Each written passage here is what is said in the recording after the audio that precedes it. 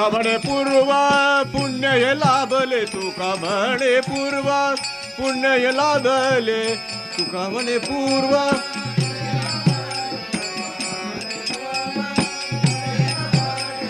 घराती ते आले संत जन, घराती ते आले संत जन, पाडव्याची गुढी आनंदाची घडी, पाडव्याची गुढी आनंदाची घडी.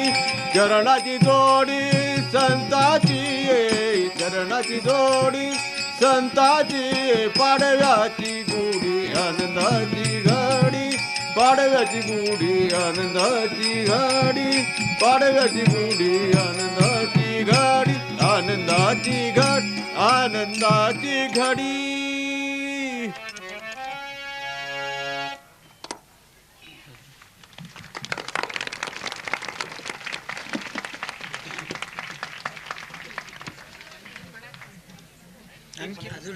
अजून एक भजन म्हणा,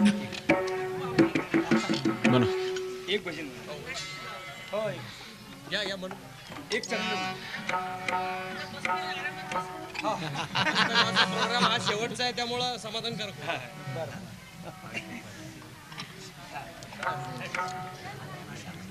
निस्तर तुम्ही तुम्ही घ्या ना.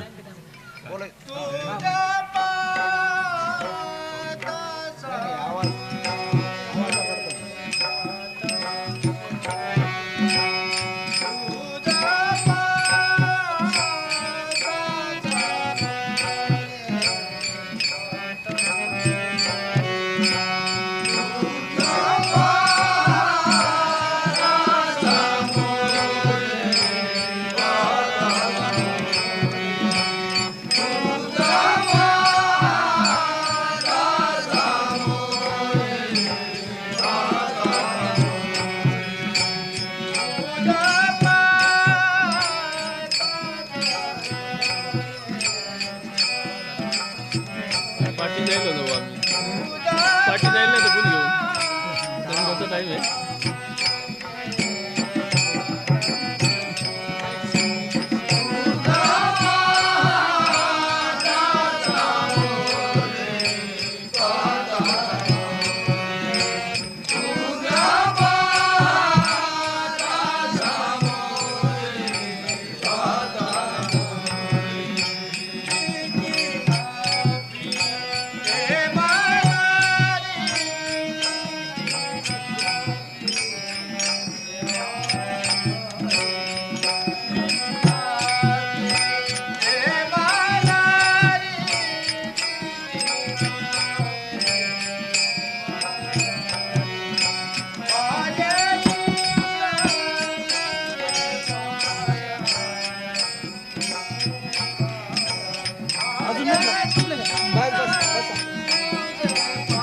आणलेच नाही वाटतं फुलं, तुला आणायला सांगितलं तू आणलेच नाही, आणायला सांगितले तुला आणलेच नाही.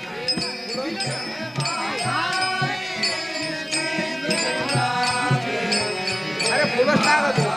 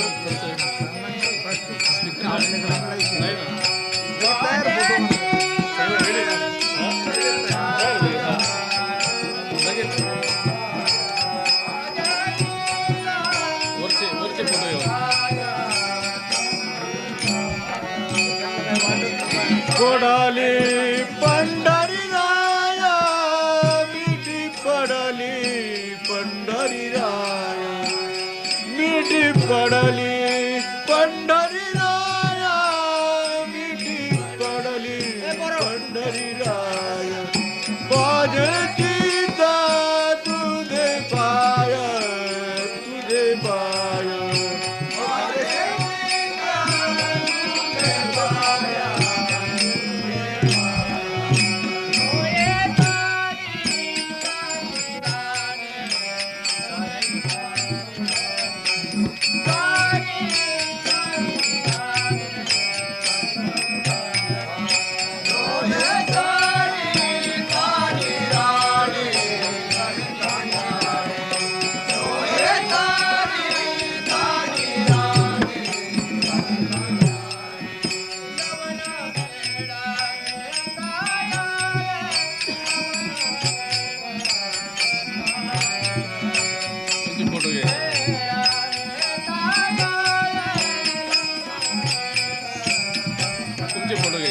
घेतली एकदा मग आपण पोट वाचवलंच म्हणजे आपण होत असं आपणच तेच करतो.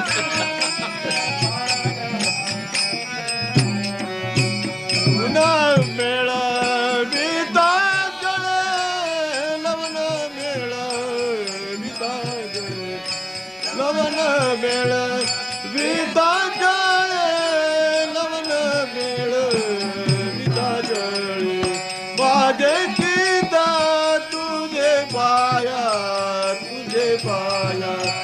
माझे चिता तुझे पाया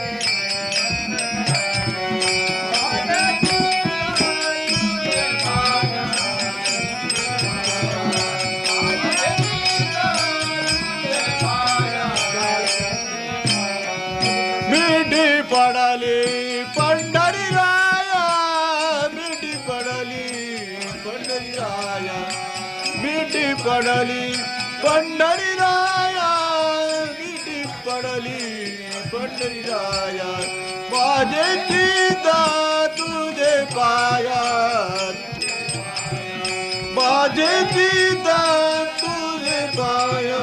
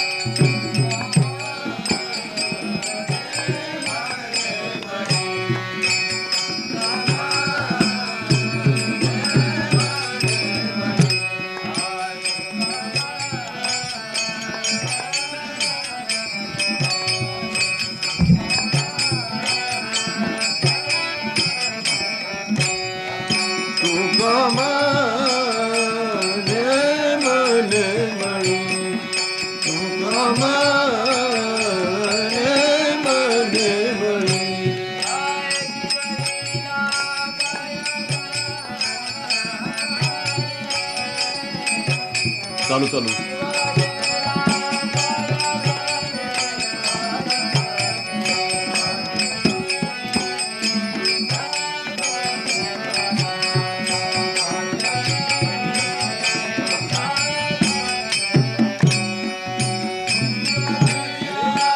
पायातळे शिवदिला पायातळी तुझे चिता तुझे पायी तुझे चिता तुझे पायी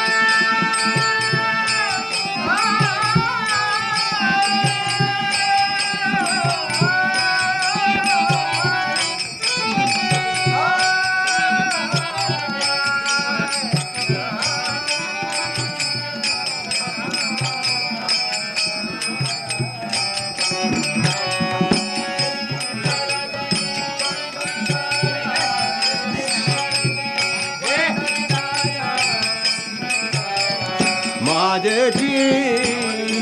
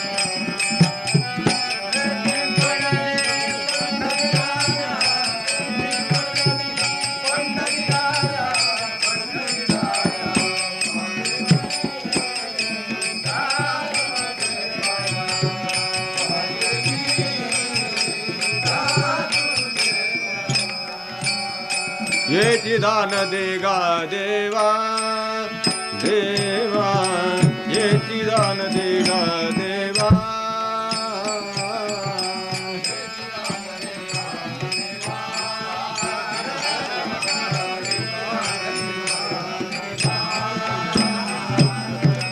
तुझा विसरण बाबा तुझा विसरण बाबा गुण गायन आवडी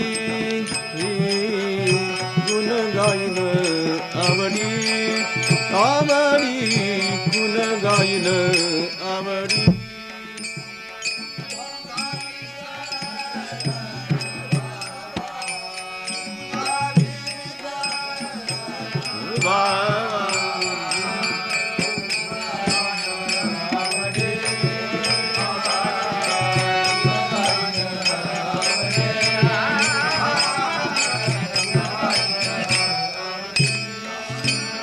गीत माझी सर्व जोडी गीत माझी सर्व जोडी गुण गायन आवडी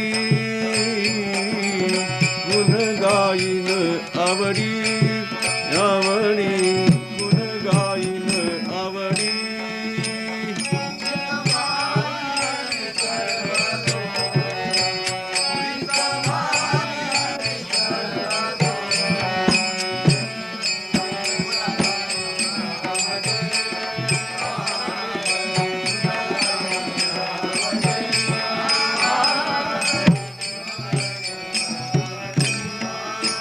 लगे मुक्ती धन संपदा संता संग देई सदा गुण गायन आवडी गुण गायन आवडी आवडी गुण गायन आवडी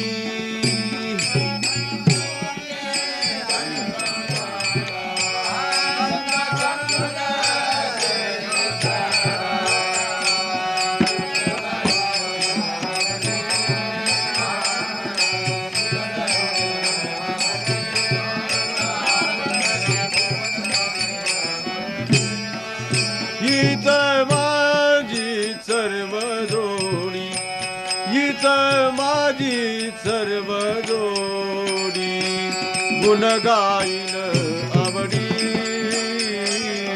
गुण गायन आवडी आवडी गुण गायन आवडी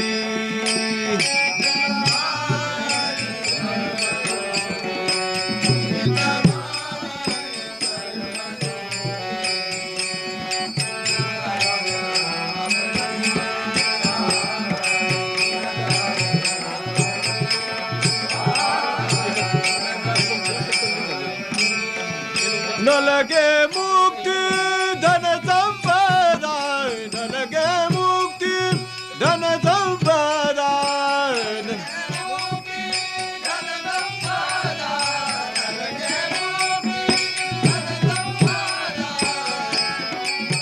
तुका म्हण गर्भवासी, तुका म्हण गर्भवासी,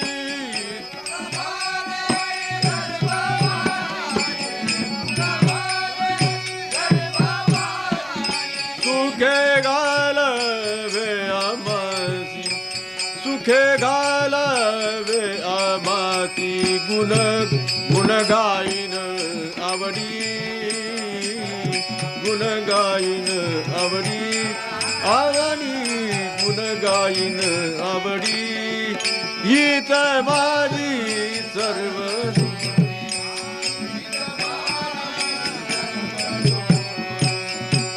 गुण गाईन आवडी, गुण गाईन आवडी.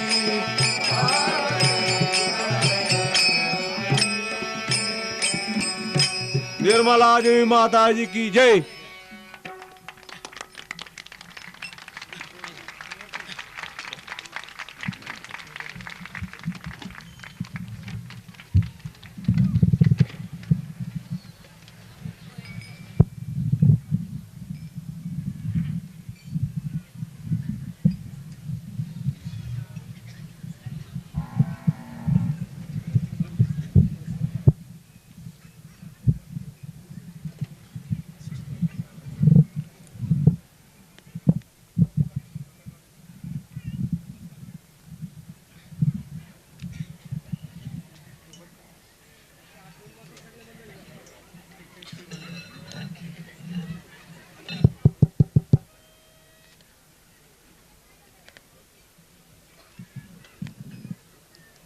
चालू नाही.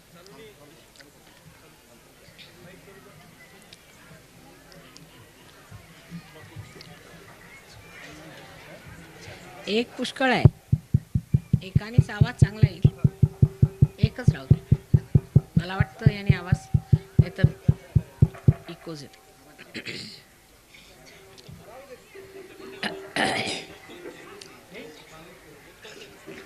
त्यांनी कधी कधी प्रतिध्वनी येतात त्याचे, 2-3 असले तर प्रतिध्वनी.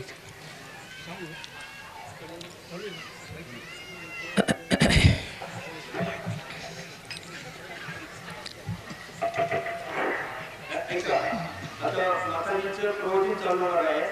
सर्वांनी मांडी घालून आणि दोन्ही हात समोर ठेवून आणि शांततेने एकाग्रतेने त्यांच्याकडे पाहून बसावा.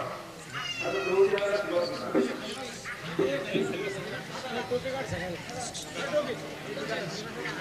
सर्वांनी टोप्या काढून बसावं. सर्वांनी टोप्या काढा. हे नाही आहे का? जरा सॉर्फ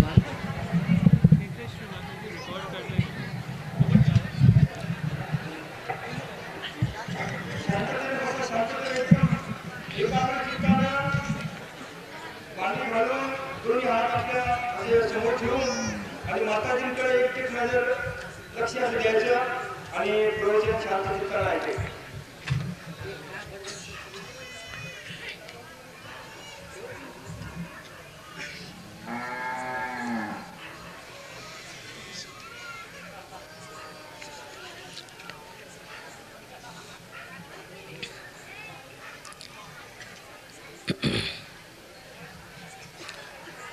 हस्तगावचे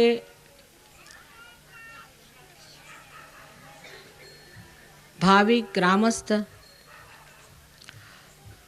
तसेच समस्त राहुरी जिल्ह्यातील भाविक मंडळी, सर्व देशातील सहयोगी, अशा परमेश्वराला शोधणाऱ्या सर्व साधकांना आमचा प्रणिपात असो.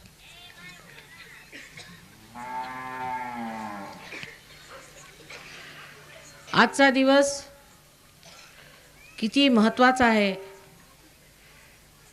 आणि त्याहून किती जास्त आनंदाचा आहे. आज द्वितीयेचा चंद्र आकाशात पाहिला आणि त्याबरोबर शुक्राची चांदणी बघितल्याबरोबर माझ्या लक्षात आलं की आज चंद्र शुक्राची युती असल्यामुळे फार मोठा योग घडणार आहे.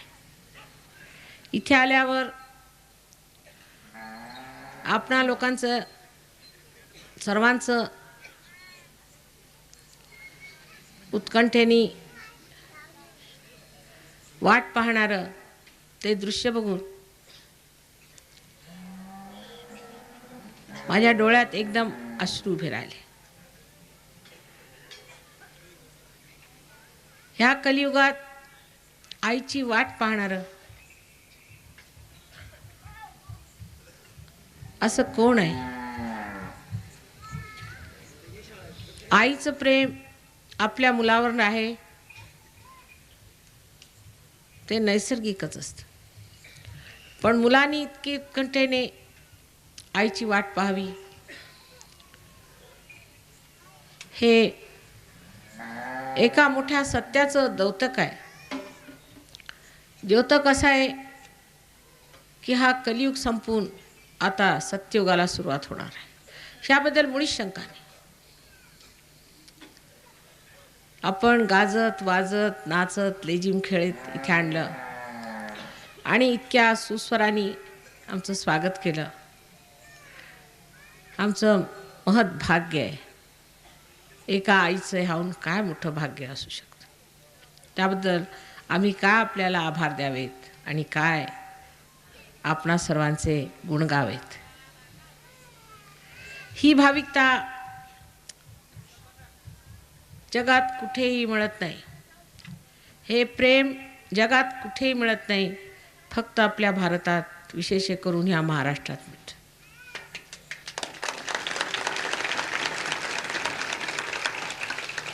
आईची आस्था इतकी ह्या देशातच सापडते. हा आईचा देश आहे. इथे देवीचा वास आहे. देवीची 3.5 पीठं ह्या महाराष्ट्रात पृथ्वी तत्वातनं निघालेली आहेत आणि त्याप्रमाणे आपल्या इथे महाकाली, महालक्ष्मी, महासरस्वती आणि आदिशक्तीची 4 पीठं आपल्याला माहितीच आहेत. ती पृथ्वी तत्वाने प्रदान केलेली आहेत. आपण तुळजापूरला जातो, महालक्ष्मीच्या देवळात जातो, पण हे किती मोठं आपल्याला पृथ्वीने दिलेलं आहे. पृथ्वी मातेचं केवढं मोठं दान आम्हाला मिळालेलं आहे हे आपल्याला समजत नाही. इथून फारच जवळ असं सप्तशृंगीचं सुद्धा जे देऊळ आहे ते आदिशक्तीचं आहे. आणि सप्तशृंगी म्हणजे जिनी 7 चक्रांच्या पीठावरती आपलं अधिष्ठान मांडलेलं आहे अशी अर्धमात्रा आहे. ही सर्व देवींची देवी, सर्वांची आई अशी आदिशक्ती आहे. ह्याबद्दल कोणी आपल्याला माहिती सांगितली नाही. कोणी सांगावं हे देवीचं मंदिर आहे, भाविक लोकांनी आपलं हृदय त्याला देऊन टाका. ह्या परंपरेतूनच अत्यंत निकृष्ट तऱ्हेचे लोकसुद्धा हे आपल्या देशात आले आणि त्यांनी भाविक आणि प्रेमळ लोकांच्यापासनं पैसे उकळून त्यांना छळून अत्यंत त्रास दिला. कलियुगाच्या अनेक गोष्टी आहेत. त्यातल्या आत्ता सध्यावत झालेल्याच तुम्हाला माहिती आहेत की संतांना किती त्रास झाला. इथे शिर्डीचे साईनाथ जवळच होते, त्यांना लोकांनी किती छळलं. मुसलमान म्हणून त्यांची किती अवहेलना केली. त्यानंतर श्री संत तुकारामांना किती लोकांनी त्रास दिला. श्री ज्ञानेश्वरांना लोकांनी किती त्रास दिला. हे सर्व ह्या कलियुगात झालं. सर्व संतांनी म्हटलं पाहिजे माझ्याच मुलांनी एवढा त्रास सहन केला आणि आज आपण माझा जो गौरव केला आहे त्यांनी त्यांच्या आत्म्याला केवढी शांती मिळेल हे मी सांगू नाही शकत. कारण माझ्यामध्ये ते बघतात की आज संतांना ओळखलं गेलं. लोकांनी संतांची ओळख घेतली आणि संतांचा मान केला. हा सगळ्या गतायुष्यामध्ये जेव्हा ते छळले जात होते तेव्हा त्यांचा मी काही भलं करू शकलो नाही. हताश होऊन निरुपाय होऊन बघत बसलो. ते आज सार्थक झाल्यासारखं मला वाटत आहे. तुम्ही संतांना ओळखलं ही फार मोठी गोष्ट आहे. संतांना ओळखणंसुद्धा अत्यंत भाविकतेतच प्रेमळपणात आणि शुद्ध आचरणातच येतं. ज्या मनुष्याला हृदय शुद्ध नसेल तो संतांना ओळखू शकत नाही. आजकाल असे पुष्कळसे संत जगामध्ये निघालेले आहेत जे तुमच्याकडनं पैसे उकळतात, तुम्हाला खोटं सांगतात आणि पुष्कळसे परदेशात जाऊनही धंदे करत आहेत. त्यांनी अनेक धंदे असे केलेले. तेव्हा संतांचं ओळखायचं लक्षणसुद्धा प्रत्येक महान संतांनी लिहून ठेवलेलं आहे, त्याची खूण बाळगली. संत नेहमी संतांना ओळखतात, त्यांना ओळख परत करून द्यावी लागत नाही, ते सगळ्यांना ओळखतात. तेव्हा आपल्या ह्या अस्तगावी आपण बोलवलं आणि ह्याचं नाव अस्तगावपेक्षा मस्त गाव म्हटलं असतं तर बरं झालं असतं.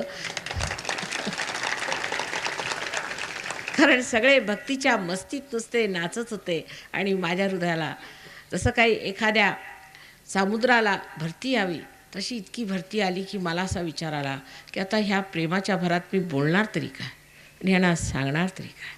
हा प्रेमाचा आनंद गगनात मावेनासा झाला. एवढं सौंदर्य जे आहे ते आतून हृदयातनं जाणलं पाहिजे आणि ओथंबून नुसतं वाहत आहे असं मला वाटायला. हे दृश्य बघायला देवदेवता आणि सगळे जरी आले तरी त्यांना असं वाटेल की ही अद्भुत शोभा आहे. हे असं कधीही झालं नाही. संतांचा एवढा मान कधीच झालेला नाही. असंतांचा झाला, दुष्टांचा झाला, राक्षसांचा झाला, वर दाखवणाऱ्या लोकांचा मान झालेला आहे, पण एखाद्या संताचा मान आजच मला इतक्या जोरात दिसला. मला फार आनंद झाला. संतांनी काय दिलं आपल्याला असे पुष्कळ लोक मला म्हणतात. आज संतांनी जे दिलं ते ह्या भजनात तुम्ही बघता की त्यांनी परमेश्वराचे पाय धर, परमेश्वराच्या चरणी लाग, ह्या आपल्या चेतनेला जी ऊर्ध्वगामी गती दिली, जी वरच्या बाजूला बघण्याची आपल्याला जी स्थिती दिली, फार मोठं आपल्याला दिलं आहे. हे आपल्याला माहीत नाही आपल्याला केवढं मोठं संतांनी देऊन ठेवलं आहे. हीच गोष्ट जर ह्या विदेशातल्या लोकांना सांगितली असती तर तेवढे अधोगामी गेले नसते. श्रीकृष्णाने स्पष्ट सांगितलं आहे की चेतनेचं झाड उलटं वाढतं, त्याची पाळमुळं ह्या डोक्यामध्ये आहेत, आपल्या मेंदूत आहेत आणि बाकी सगळं काही खाली वाढतं. तेव्हा जे लोक खालच्या बाजूला वाढत गेले झाडासारखे हे परदेशात राहतात, त्यांचं लक्ष परमेश्वराकडे नाही. त्यांचं लक्ष तिकडे नसल्यामुळे त्यांची अधोगती होत गेलेली आहे आणि अधोगती होत होत अगदी ते लोक वाया गेलेले आहेत. आपल्याला त्यांच्याबद्दल फार कल्पना वाटतात कारण त्यांच्याजवळ मोटारी आहेत, गाड्या आहेत, घरं आहेत, राहायला आहे, हे आहे ते, त्याच्यात काही राम नाही. जर त्यांना त्याच्यात काही राम मिळाला असता तर आज तुमच्या अस्तगावाला ह्याची धूळ आपल्या मस्तकाला लावायला ते आले नसते. ते ज्या महाराष्ट्रात आज आले आहेत ते ह्याचं महत्त्व समजून की ह्या महाराष्ट्रामध्ये विशेष करून राहुरी जिल्ह्यात किंवा आपण म्हणू या नगर जिल्ह्यामध्ये जे मोठमोठाले संत साधून गेले त्यांची ही पुण्यभूमी आहे. त्यांच्या पुण्याईला जाणारे हे संत आहेत म्हणून हे संत इथे आले. आणि संत जेव्हा कुठेही जातात तेव्हा त्यांना एकच कारण असतं की जाऊन तिथे आपल्याला परमेश्वराचा संबंध होतो. आम्ही जेव्हा देहूला गेलो होतो, ह्यांना देहूला घेऊन गेलो तर ह्यांनी तिथली माती उचलून आपल्या कपाळाला लावली. मी म्हटलं हे असं का करता? तर म्हणे की माताजी तुम्ही बघा या जमिनीतनं चैतन्य वाहते. तुकाराम बुवा इथे अनवाणी चालली असती, त्यांच्या पायाच्या ह्यांचे असं वाटतं जसे काही कारंजे वाहून राहिलेले. हे संतांना ओळखायचं. आज तुकारामाला त्यावेळेला लोकांनी उचलून धरलं नाही, उलट त्यांच्या गाथा नेऊन इंद्राणीत घातल्या होत्या, पण ह्या लोकांनी त्या धुळीला आपल्या मस्तकाला लावलं, आपल्या डोक्यावर ठेवलं आणि म्हणे माताजी थोडा वेळ तरी हे थंडावा आमच्या डोक्यात राहू द्या. संतांची ओळख संतांना असतेच, पण त्यावेळेला किती असे संत होते.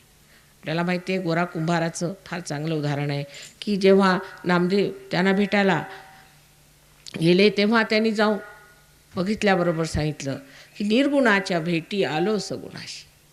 तुला भेटायला मी आलो तो चैतन्य बघण्यासाठी, तर तू सगुण होऊन बसलेला आहेस. आता तो कुंभार हे एक सर्वसाधारण शिंपी आणि त्यांच्यामधल्या गोष्टी बघा कुठल्या जसे काय स्वर्गातच फिरून राहिले, ते स्वर्गिक गोष्टी आपापसात झाल्या. ह्या सर्व गोष्टी ते जे बोलत असत आणि करत असत ते आपल्या समजात येत नसत. त्यावेळेला नामदेवसुद्धा आपल्या इथून नंतर निघून पंजाबात गेले. तुम्हाला आश्चर्य वाटेल, पंजाबात त्यांचा फार मान झाला. इतकंच नाही, नानक साहेबांनी त्यांना असं सांगितलं की आता तुम्ही पंजाबी भाषेमध्ये सुद्धा काव्य लिहा. मग त्यांनी पंजाबी भाषेत काव्य लिहिलं आणि पुष्कळ काव्य लिहिलं आणि त्यातली बरीच काव्य त्यांनी आपल्या ग्रंथसाहेबमध्ये संकलित केली. नामदेवांचा फार उदो उदो केला. असे हे नामदेव आपल्यासाठी काहीच नाही. आपल्यासाठी त्याचं एवढं महत्त्व त्यावेळेला नव्हतं, कारण त्यावेळेला देवळातल्या लोकांनी त्यांना फार त्रास दिला. विठ्ठलाच्या पायी राहणारे, विठ्ठलाला मानणारे, कारण ते एक शिंपी जातीचे होते म्हणून त्यांचं कोणी महत्त्व नाही केलं. खरोखर परमेश्वराच्या साम्राज्यात जात एकच असते, संत. दुसरी कोणची जात? जे योगी झाले ते संत झाले, त्यांना दुसरी जात नसते. आपण म्हणतो संन्याशाला जात नसते, तसंच आहे की संतांना काही जात राहते. जात एकच असते की परमेश्वराच्या चरणी राहणं. मग त्याच्यात हा भेदभाव, त्याच्यामुळे नुसती भांडणं, जातीयता नसते. एखाद्या क्षुल्लक गोष्टींसाठी आपण आयुष्य खराब केलेलं आहे. किती या क्षुल्लक गोष्टी आहेत. मग त्याला धरून आपल्याकडे जे स्वतःला धर्माधिकारी समजतात आणि धर्माला सांभाळून आहेत आणि आम्ही फार धर्माचे अधिष्ठात्री आहोत असे जे समजतात, त्यांनी सुद्धा दहशतवाद इतका पसरवलेला आहे की लोक घाबरून असतात. तू असं केलंस तर तुला पाप लागेल, तू असं केलंस तर तुझे घरात दुःख येईल, तू तसं केलंस तर तुला दारिद्र्य होईल, तू नष्ट होशील. त्यांना असं विचारावं की अहो तुम्ही काय एवढे दरिद्री, तुम्ही काय केलं होतं वाईट, तुम्ही इतके भिकारी का, तुम्ही का दुसऱ्यांच्या पैशावर जीणं जिता. तुमचं जे हे जीवन आहे हे किती लांछनास्पद आहे. कोणाच्याकडे भीक मागून तुम्ही राहता, दुसऱ्यांच्या पैशावर आपलं पोट भरता, ह्याला काही अर्थ आहे का? आणि तुम्ही कशाला एवढ्या गमजा मारता धर्माच्या? जर तुम्ही मोठे धार्मिक असता तर तुमची अशी दशा काय एखाद्या भिकाऱ्यासारखी? असं आपण जर त्यांना सवाल टाकला तर मात्र आजकालच्या काळात काय होणार नाही, पण पूर्वीच्या काळात कोणालाही अशी बोलण्याची सोय नव्हती. म्हणून संतांचं समागम वाढवलं पाहिजे, संतांची संख्या वाढवली पाहिजे. त्या संतांचा अर्थ असा नाही तुम्ही घरद्वार सोडून कुठेतरी जाऊन बसायचं जंगलात. त्याचा अर्थ असा नाही की तुम्ही रोजचा व्यवसाय सोडून कुठेतरी भटकट फिरायचं. त्याचा अर्थ असा की आपल्यातच बसलेला जो आत्मास्वरूप शिव आहे त्याला प्राप्त झालं पाहिजे, त्याला मिळवलं पाहिजे, त्याला आपल्या हृदयामधनं त्याच्या आनंदाला प्राप्त झालं पाहिजे. हे सगळं जे घटित व्हायचं आहे ते करण्यासाठीच आम्ही आज अस्तगावला आलो. जो आपल्यामध्ये आत्म्याचा मोठा बारीक साठा आहे, ज्याच्यामुळे सर्व काही संसारात मिळू शकतं.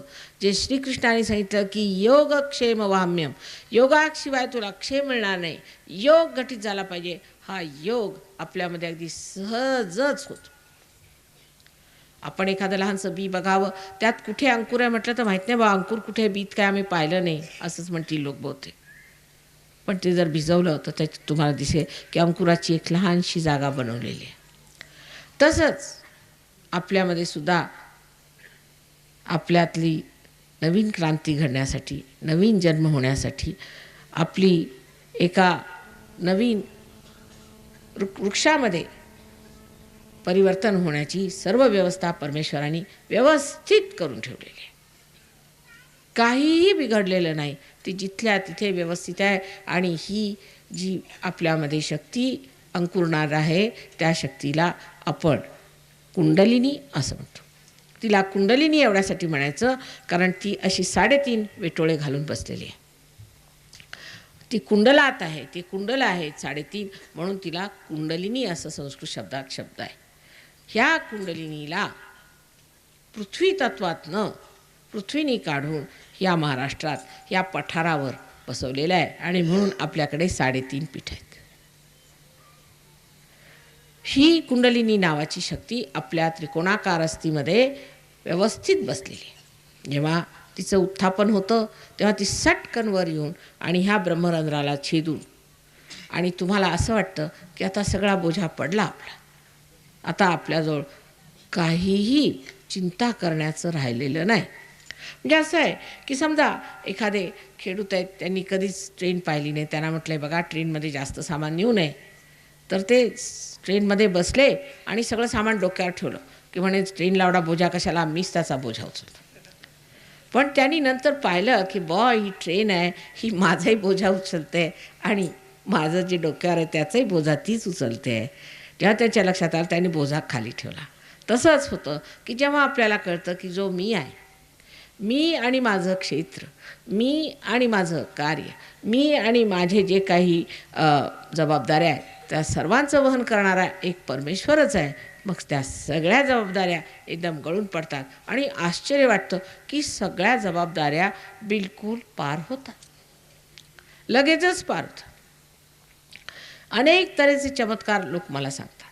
त्यातले आपल्याला किती सांगितले तरी आपल्याला आश्चर्य वाटेल की हे चमत्कार कसे घडतात. कारण परमेश्वर हा चमत्कार पूर्ण आहे. आपल्या रोजच्याच ह्याच्यात बघा की ही फुलं आता किती सुंदर आलीत, पण आपल्या लक्षातच येत नाही का केवढा मोठा चमत्कार आहे. आपल्याला म्हटलं तर आपण असं फूल करू शकतो का? काहीतरी प्लास्टिकचं करू, पण असं जिवंत फूल आपण एकही करू शकत नाही. आणि जो असे हजारो करोडो लाखो करतच असतो तो कोण असेल? तो काय करामती असेल, काय करीम असेल, तो काय करिश्मा करणारा मनुष्य असेल? तो परमात्मा. अशा परमात्माने आपलीसुद्धा सर्व व्यवस्था केलीच असेल. आपण उगीचच काळजी करत बसतो.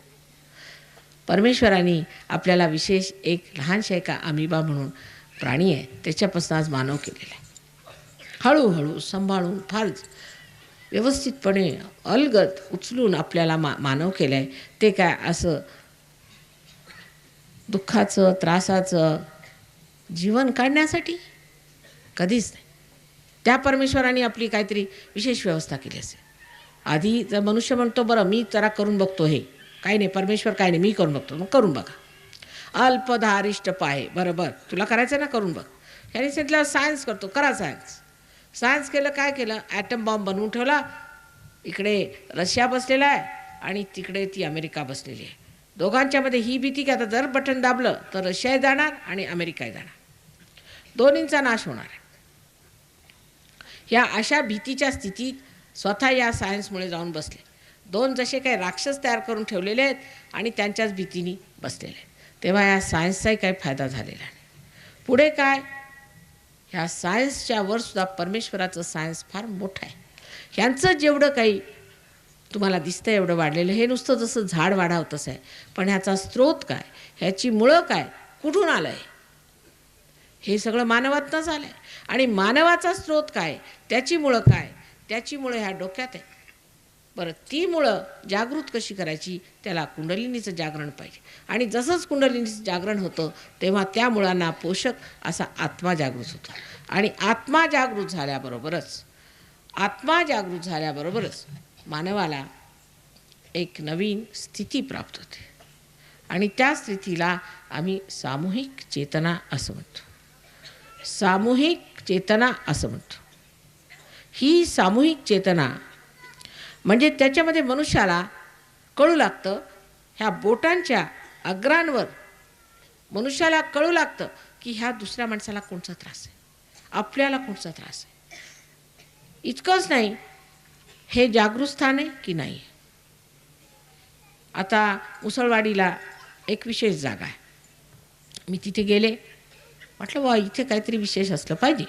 ते म्हणाले माताजी इथे एक जागा आहे, तिथे 50 वर्षापूर्वी 60 वर्षापूर्वी एक अंग्रेज इंजिनियर होता आणि तो बांध घालायला आला तर तिथे त्याचा बांधच बांधला जाईना. एका फकीराने सांगितले तर बांधू नका, आहे जागृत स्थान आहे, म्हणून त्याने असं खरोखर असा बांध असा करून बांधलेला आहे. अरे म्हटलं बघू तरी. जाऊन बघितल्यावर म्हटलं हे तर चैतन्य स्थान आहे, हे एकादशी रुद्रस्थान आहे. हे संतसुद्धा तिथे गेले ते सगळे. ह्यांनी पाहिलं त्याच्यातनं थंड थंड अशा लहरी येतात चैतन्याच्या. लगेच पैसे ओतून 21,000 रुपये त्यांनी त्यांना दिले. इथे लगेच तुम्ही एक मंदिर बांधून काढा. त्याला ओळखणारे संतच पाहिजे. जेवढं आपल्याला सांगितलं आहे की इथे जागृत स्थान आहे, तिथे जागृत स्थान आहे, ते फक्त संतच सांगू शकतात, दुसरे सांगू शकत नाही. म्हणून आता ही दशा आलेली आहे की आपण आता होता येईल त्या लोकांना संत करून टाकायचं. म्हणजे ही जी नवीन चेतना ती आपल्याला मिळाली पाहिजे. सुरुवातीला बघितलं तर एकच मासा पाण्यातनं बाहेर आला, त्याच्यानंतर 10 मासे बाहेर आले, त्यांचे कासव झाले, मग अनेक मासे वर आले. तसंच आज सहयोगामध्ये पहिल्यांदा एकच बाई होती, त्यांच्यावर मी सुरुवात केली. नंतर 12 माणसं पहिल्यांदा पार झाली आणि त्याच्यानंतर हळूहळू करत आज एवढा जनसमुदाय तयार झालेला. कारण ही जिवंत क्रिया आहे. ही जिवंत क्रिया, ह्याचं मशीन नाही घालू शकत आपण. ह्याचं आपण प्लास्टिकची फुलं नाही बनवू शकत. पहिल्यांदा झाडाला 1-2च फुलं येतात आणि त्याच्यानंतर अनेक फुलं येतात. तशीच ही एक जिवंत क्रिया आहे. आणि म्हणून हळूहळू आज वाढत वाढत आज सहयोग फार दूरवर पसरले. ह्याच्यामध्ये माणसाला एक नवीन जीवनाचा लाभ होतो. हे एक अत्युत्तम असं एक परमेश्वराने दिलेलं आपल्याला वचन आहे की तुला आत्मसाक्षात्कार घडेल. परमेश्वराचं सान्निध्य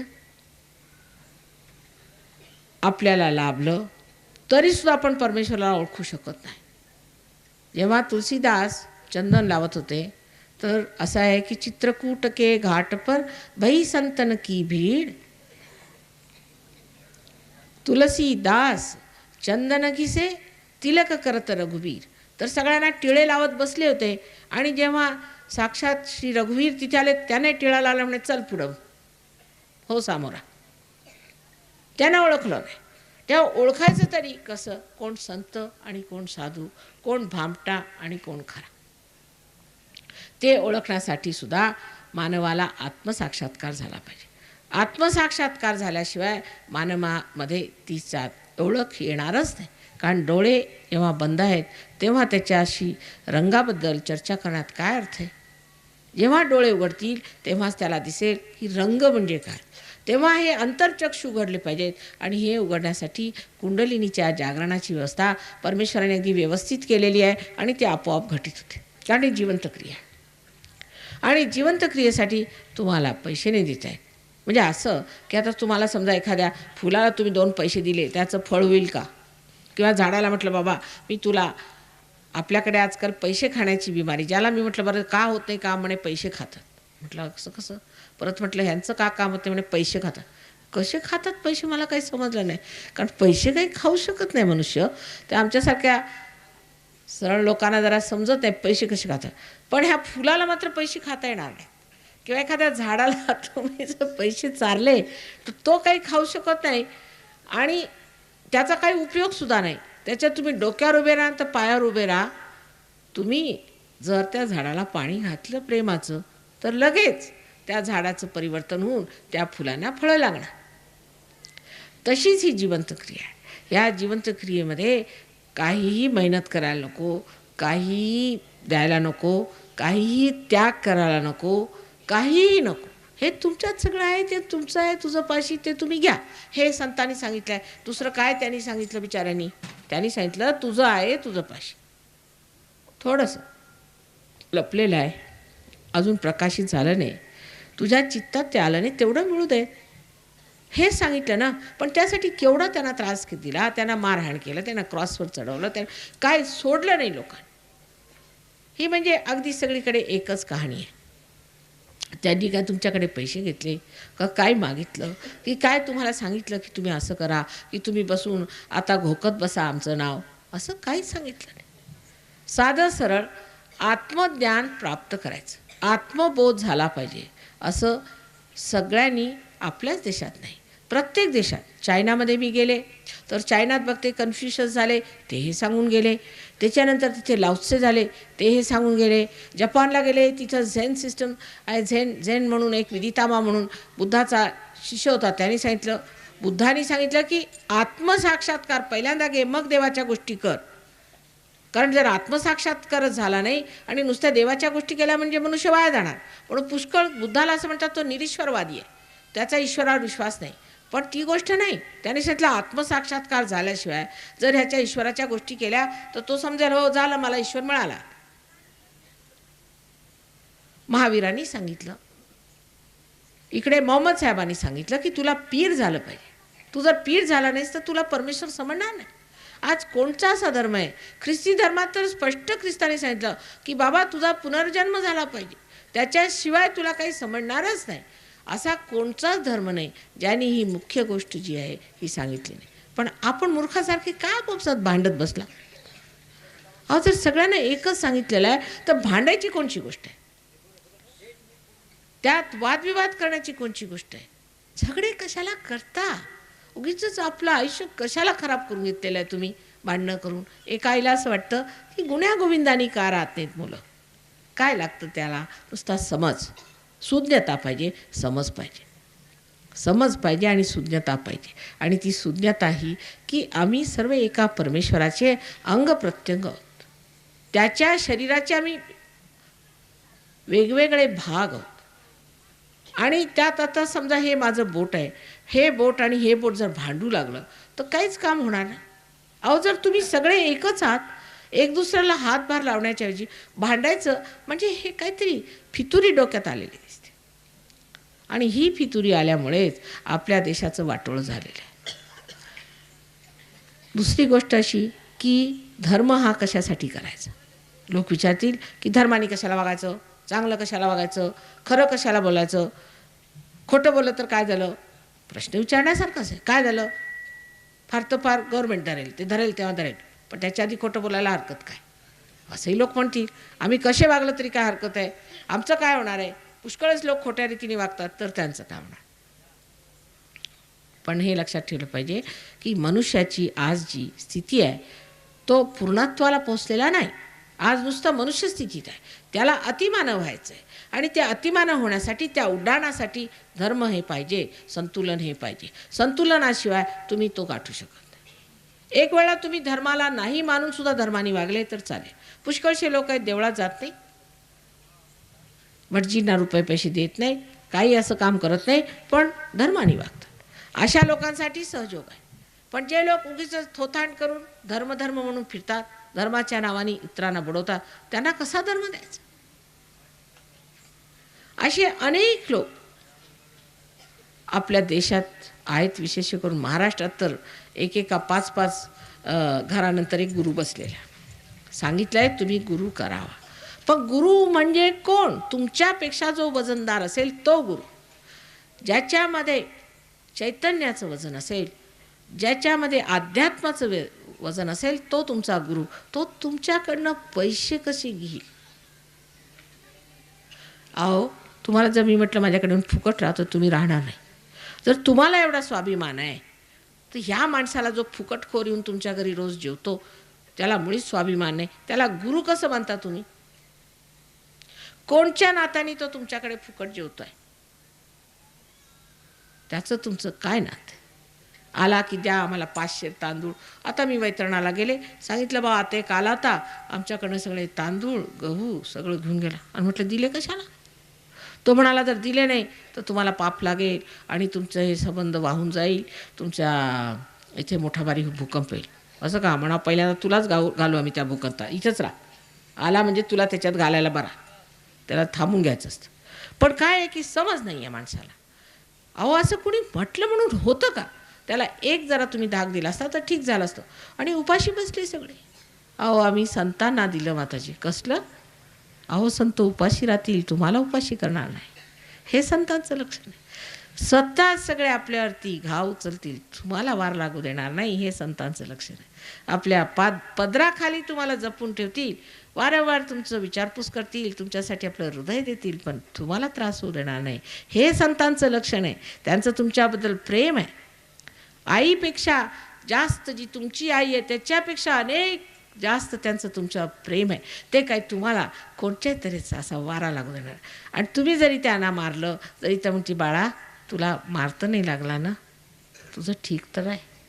अशा प्रेमाची जी मंडळी ती संत साधू आहेत. हे नाहीत की जे भामटे आहेत. आणि अशा लोकांच्या आहारी पडून आपण सगळ्यांनी स्वतःचं फार नुकसान करून घेतलेलं आहे. तेव्हा पुष्कळसे असेही लोक आहेत, अतिशिष्ट देव म्हणतात देवच नाही. असे पुष्कळ सुशिक्षित, ते शिक्षितही नाहीत, त्यांना मी सुशिक्षितही मानत आहे. जर कोणती गोष्ट आहे किंवा नाही ती पाहिल्याशिवाय तुम्ही बेधडकपणे आम्ही देव नाही मानत, देवाला आम्ही मानत नाही, देव म्हणजे कोणची चीज नाही. अहो तुम्ही कोण. तुम्ही स्वतःला समजता तरी काय. मी पुष्कळ असे मोठमोठाले मासिकवाले असे तसे लोक पाहिले, ते देवाला मानत नाही, उघडे म्हणतात आम्ही देवाला मानत नाही. का. कशाला. तुम्ही पाहिलेले का देवाला. तुम्हाला माहिती आहे का हे देवाचं संबंध साम्राज्य चाललेलं आहे. तुम्ही एक तरी फूल बनवून दाखवा म्हटलं. बनवू शकता का तुम्ही एक तरी फूल. मग कशाला गमजा मारता. तुम्ही केलं आहे काय. मेलेल्या वस्तूंचं मेलेलं काहीतरी करायचं. एखादं झाड मेलं की त्याची खुर्ची केली की फार मोठं काम केलं का तुम्ही. दगडाचे तुम्ही जर घरं बांधली तर काय फार मोठं काम करून ठेवलं आहे तुम्ही. एक तरी जिवंत कार्य करून दाखवा, मग म्हणता येईल की तुम्ही परमेश्वराबद्दल बोलू शका.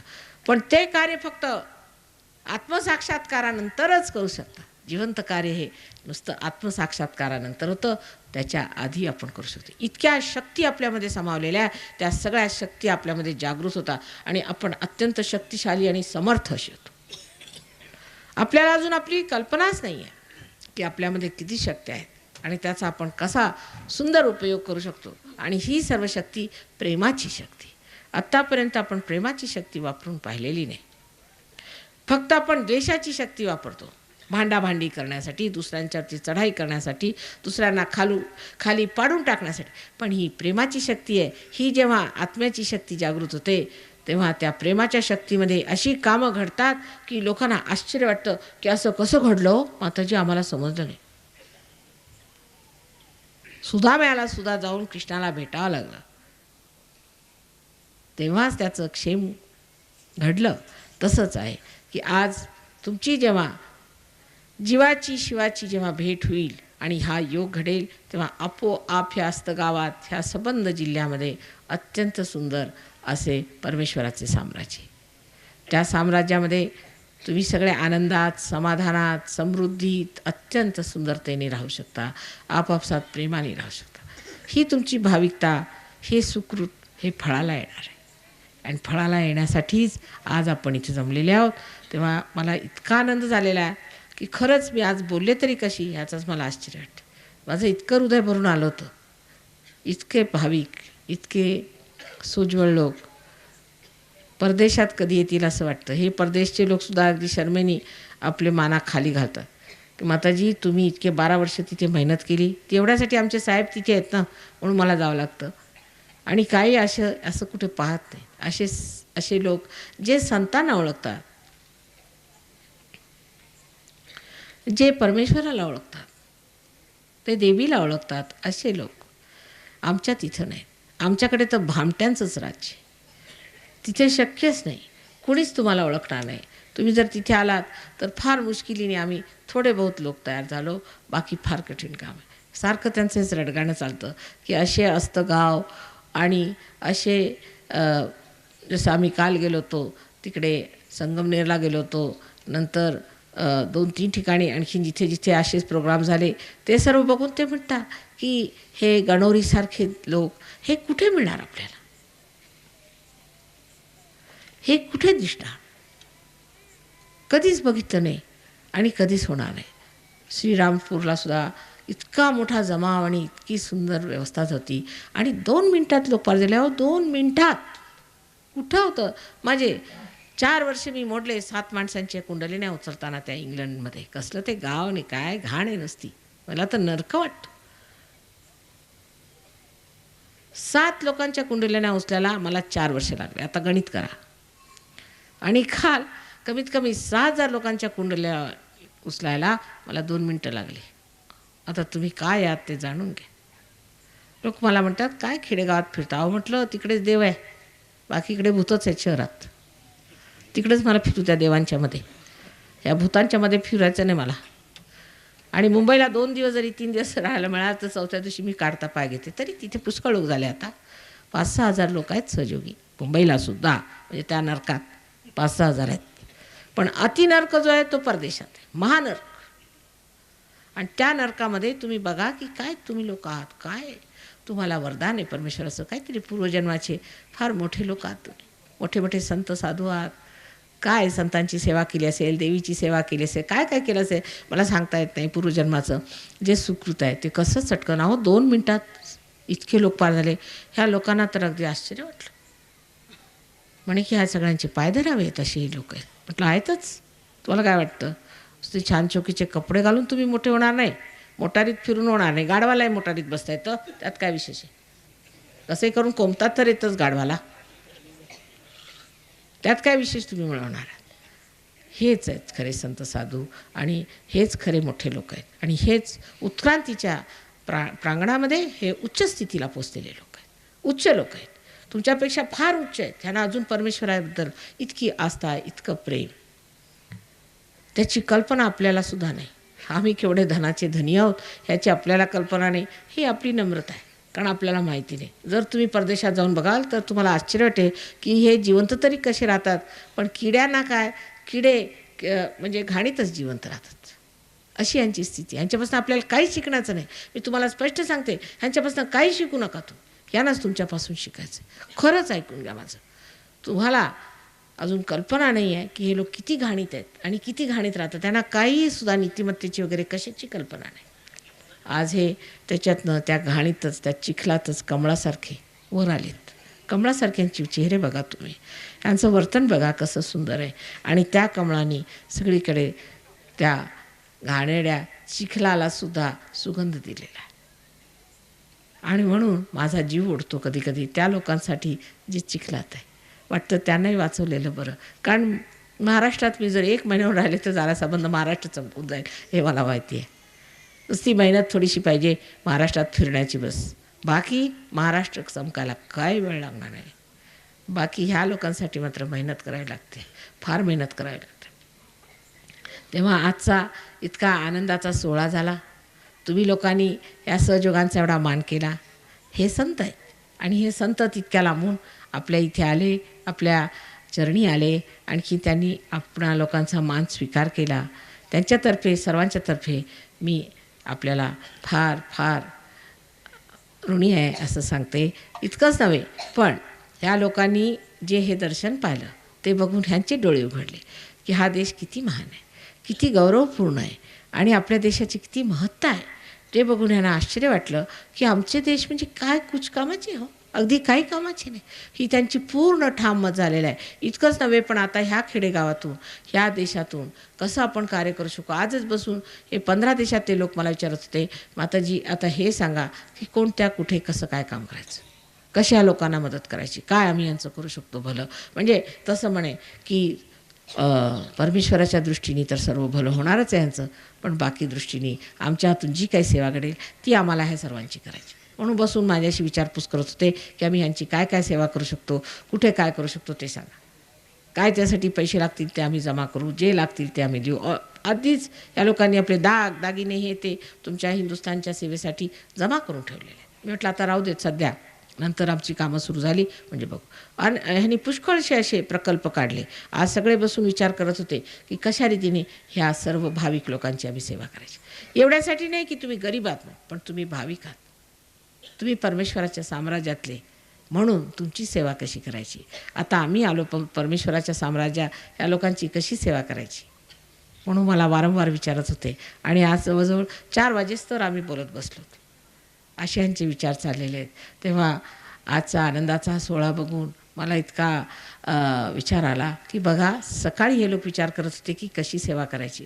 आता काय तुम्ही सेवा करणार. मी म्हटलं हे बघा, हे किती ह्यांना काही सेवा बिवा दिसत नाही. हे तर आपल्या आनंदात असेच मस्त आहेत आणि ह्यांचं मस्त गाव जे सगळं तसंच नाचून राहिलं आहे, आणि तुम्ही आता यांची काय सेवा करणार.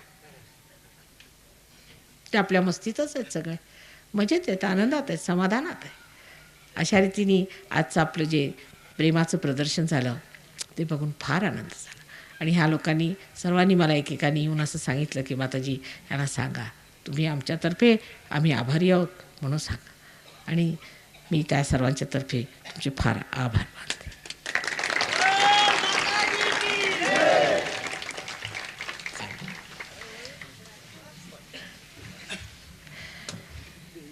आता आपण ह्याच्यानंतर व्यवस्थित कुंडलिनी जागृतीचा प्रोग्राम करू. तसंच श्रीरामपूरला मी लोकांना म्हटलं होतं तुम्ही प्रश्न वगैरे विचारा, पण त्यांनी थोडीशी हलचल वाढते. तेव्हा जर तुम्हाला काही प्रश्न असले तर तुम्ही ते लिहून जर दिले तर आम्ही नंतर त्याचं तुमचं समाधान करू. पण एवढं लक्षात ठेवलं पाहिजे की कुंडलिनी जागरणाशिवाय कोणती गोष्ट करणे म्हणजे बोलाचाच बात बोलाचीच कडी. एकदा जागरण झाल्यावर बघाल तुमची तब्येत कशी सुधारते, तुमच्या सर्व घाणेरड्या सवयी कशा सुटतात, बहुतेक लोकांच्या सुटतात. तुमचं आयुष्य कसं बदलतं, तुमच्या जीवनामध्ये आर्थिक किती लाभ होतो, मानसिक किती लाभ होतो, आणि सर्वात मुख्य म्हणजे तुम्ही किती शक्तिशाली होता. लोकांच्या तुम्ही तब्येती ठीक करू शकता, त्यांची कुंडलिनी तुम्ही जागृत करू शकता, ज्ञानाच्या भंडारातच उतरता. तेव्हा हे घडण्यासाठी नुसतं 10 मिनटं आणखीन आपण कुंडलिनी जागृतीचं कार्य करू. आता तुमचा भाविकपणा मला असं वाटतं की तेवढा वेळ लागणार नाही.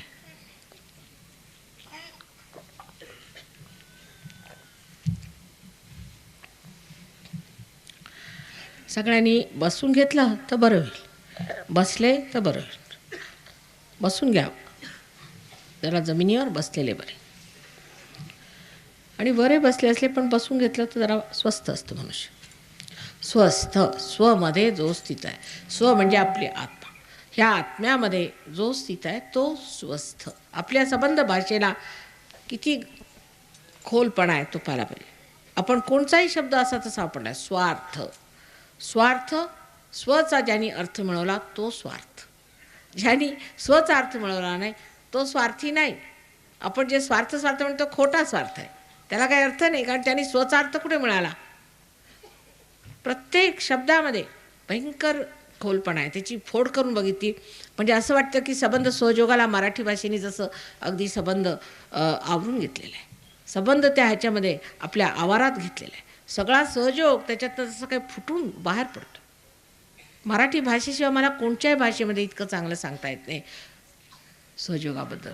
इतकंच नव्हे तर कुंडलिनीबद्दल सुद्धा मला सांगता येत नाही, कारण इतकं सगळं कोणत्याच भाषेत नाही. इतका खोलपणा कोणत्याच भाषेत नाही. आश्चर्याची गोष्ट आहे. ही अशी मोठी भाषा मराठी भाषा आपल्याला मिळाली आणि हा महाराष्ट्र म्हणजे एवढा मोठा देश आपल्याला मिळाला आहे. ह्याचं नाव कुणी महाराष्ट्र ठेवलं हे सुद्धा कुणाला माहिती नाही. म्हणजे कधीचा अनादी काळापासून हा महाराष्ट्र आहे आणि त्यात तुम्ही जन्माला आलेले महान लोक आहात आणि हे कार्य अगदी एका क्षणात व्हायला पाहिजे खरं म्हणजे, आणि होईल अशी मला पूर्ण आशा आहे. त्यासाठी फक्त काय करायचं आहे, एक सोपं काम आहे की तुम्ही काय जे काही तुमचं असेल मागचं सगळं विसरून जायचं. म्हणजे आता बोलताना माझ्या तोंडून काही निघून गेलं समजा तर मला तर ही सवय आहे माताजी मग कसं होईल असं म्हणायचं नाही. सगळं तुमचं जे काही आहे ते मागचं विसरून जायचं. आता तुम्ही देवाच्या साम्राज्यात बसले, धुवून पुसून स्वच्छ बसले. आता तुमच्यात काहीही दोष नाही, माझ्यात काहीही दोष नाही हे आधी लक्षात घेतलं पाहिजे. मी मुळीच दोषी नाही असं मनामध्ये ठाम ठरवलं पाहिजे. मी परमेश्वराच्या मंदिरात आहे आणि मी स्वयं आत्म्याचं मंदिर आहे. फक्त माझा दीप पाजळायचा आहे हे लक्षात ठेवलं पाहिजे. तेव्हा मी मुळीच दोषी नाही असं आपल्या मनामध्ये बसवलं पाहिजे.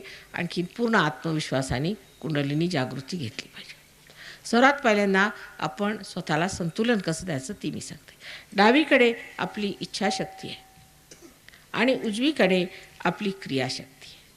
म्हणून डावा हात माझ्याकडे असा करायचा, सरळ असं बसल्या बसल्या ठिकाणी असा डावा हात करायचा म्हणजे आपली इच्छा आहे. डावा हात माझ्याकडे असा करायचा आणि उजवा हात श्री गणेशाला आठवून ह्या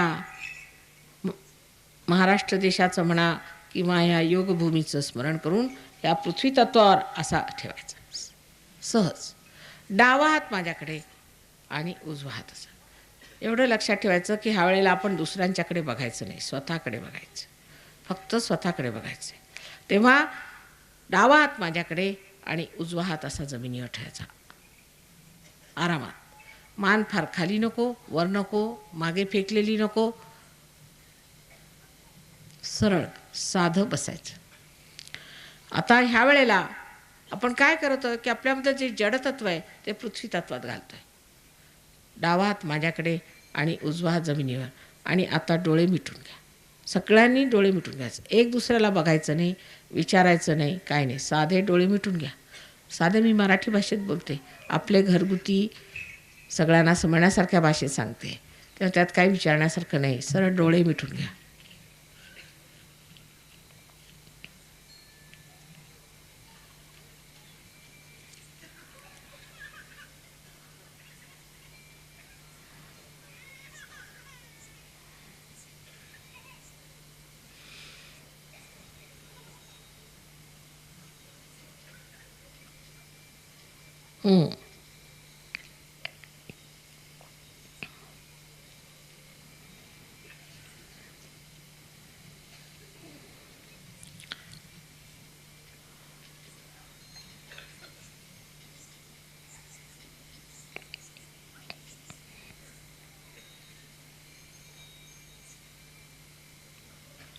आता उजवा हात डोळे उघडा, कृपा करून डोळे उघडा. उजवा हात माझ्याकडे असा आणि डावा हात असा आकाश तत्वाकडे. उजवा हात माझ्याकडे. आता ही क्रियाशक्ती आहे. क्रियेमुळे जे काही आपल्यामध्ये अहंकार आदी दुर्गुण आले असतील ते सगळे असा डावा हात आकाश तत्वाकडे करायचा. असा डावा हात. उजवा हात माझ्याकडे आणि डावा हात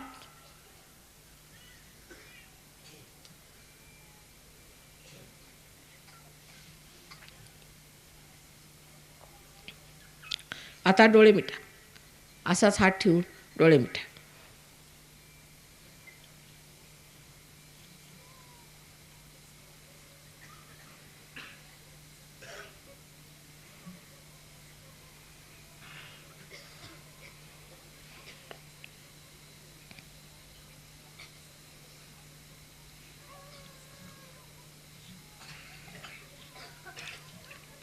आता डोळे उघडायचे. आता संतुलनात आलो आपण. संतुलन आलं. आता दोन्ही हात असे आकाशाकडे करायचे आणि डोकं असं मागे करून एक प्रश्न विचारायचा की माताजी, ही परमेश्वराची प्रेमशक्ती आहे का? ही परमेश्वराची ब्रह्मशक्ती आहे का? ही चैतन्य शक्ती आहे का? असा मागे हात करून असा प्रश्न करायचा.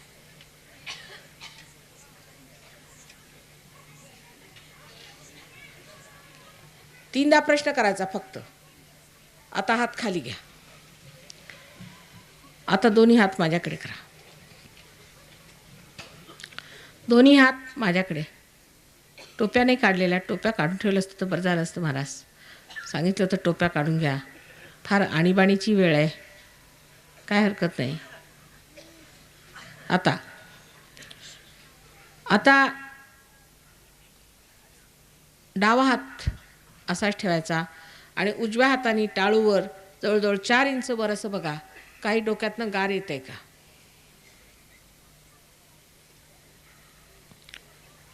थोडं वर.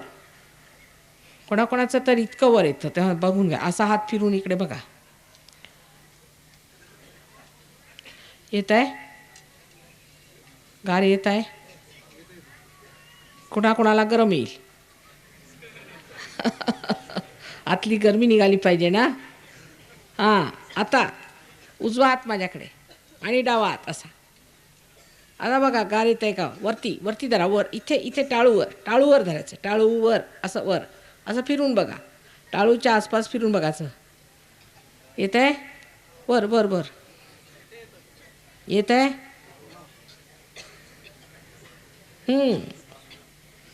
चित्त टाळूकडे. निर्विचार. डोळे उघडे ठेवा. डोळे नका बंद करू. टाळूकडे लक्ष. येऊन राहिला आहे. परत हा हात असा करून बघा. परत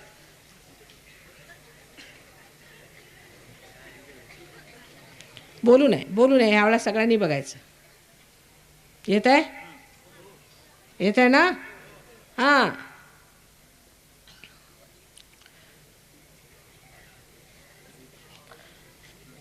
आता दोन्ही हात असे करून बघा.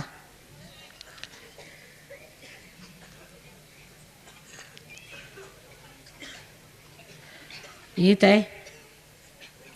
आता एक प्रश्न विचारा.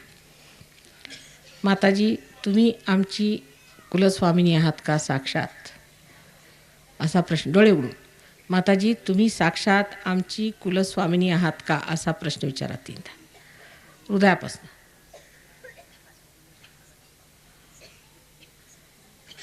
येत आहे? हात वर करा.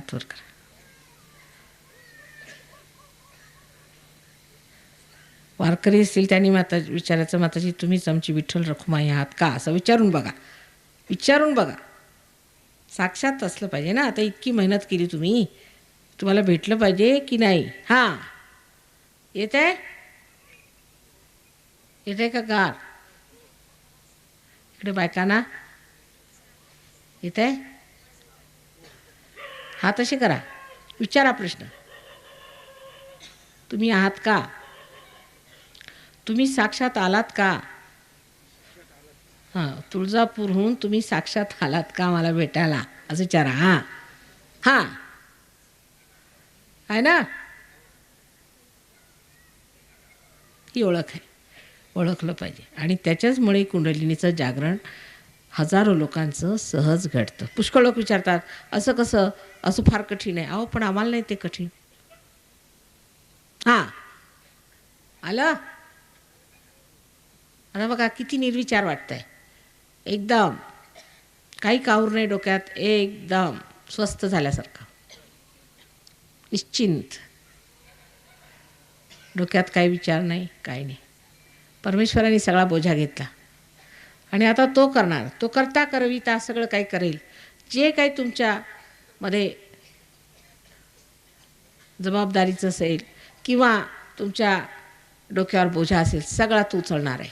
त्याची काळजी करू नये. सगळं सुकृत मिळालं हे फार आश्चर्यजनक आहे.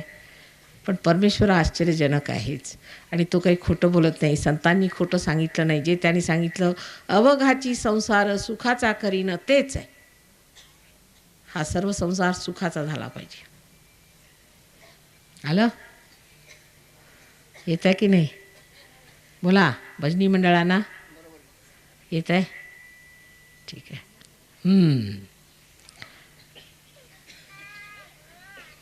सर्वांना माझा नमस्कार आणि प्रेमाचा सगळ्यांना आशीर्वाद हृदयापासून.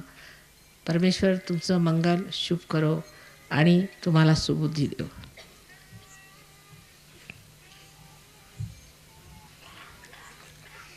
जगन्माता श्रीमला देवी की जय. आदिशक्ती श्रीमला देवी की जय. आता ह्याबद्दल बोलू नये. बोलण्यासारखं काही नाही. तुम्ही विचारांच्या पलीकडे गेलो. कबीरदासने म्हटलेलं आहे जब मस्त हुए फिर क्या बोले. आता असतं गावात जब मस्त हुए फिर क्या बोले. आता काय बोलायचं राहिलं.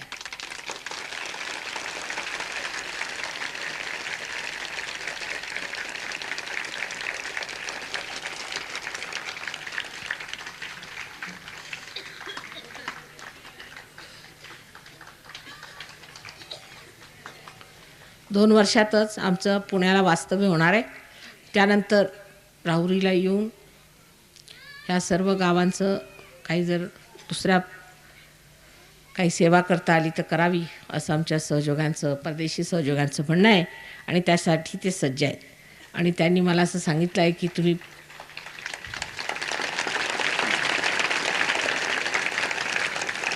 तुम्ही नंतर येऊन सगळं इथे अवलोकन करा. आणखीन यांची काही आम्हाला सेवा करता आली तर आम्हाला करायची आहे. आणि हे लोक अत्यंत निरपेक्ष निस्वार्थी आणि इमानदार लोक आहेत.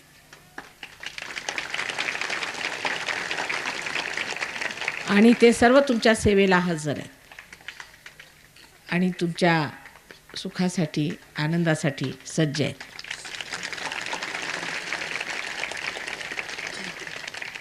तेव्हा आपणही विचार करून ठेवावा की या अस्तगावात आपण काय करू शकतो.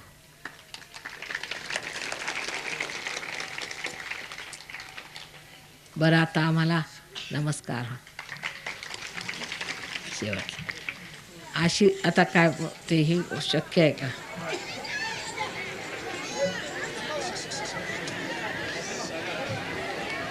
दर्शन माने आफत शांत बसा.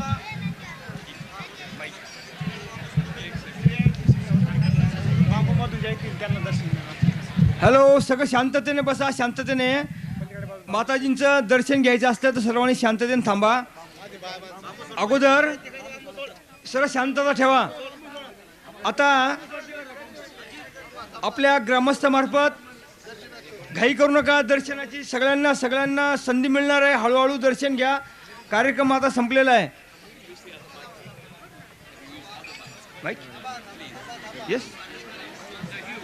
येस. व्हॉट.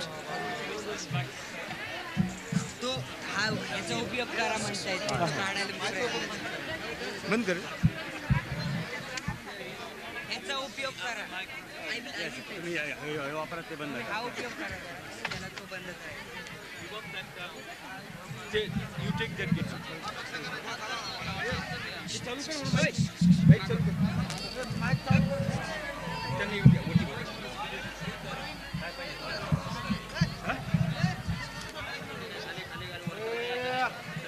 अरे शांतपणे घ्या.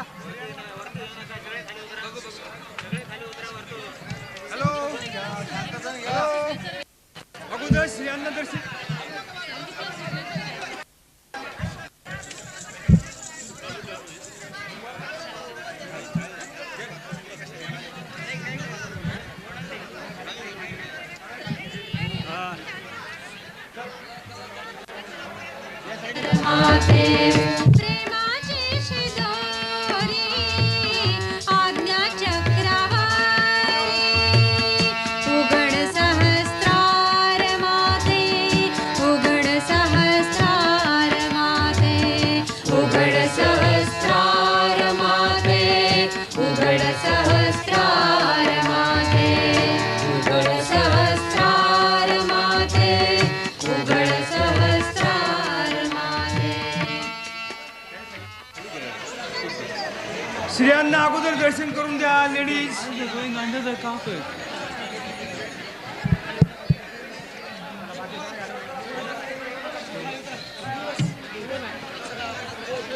लेडीज अगोदर स्त्रियांना दर्शन करून द्या.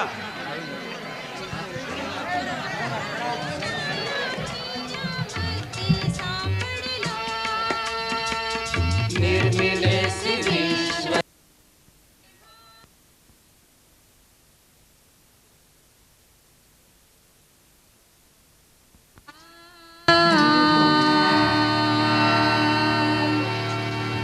प्रेमाची शिदोरी आज्ञा चक्रवारी प्रेमाची शिदोरी आज्ञा चक्रवारी उघड सहस्रार माते उघड सहस्रार माते उघड सहस्रार माते उघड सहस्रार माते उघड सहस्रार माते उघड सहस्रार माते प्रेमाची शिदोरी आज्ञा चक्रवारी उघड सहस्रार माते उघड सहस्रार माते उघड सहस्रार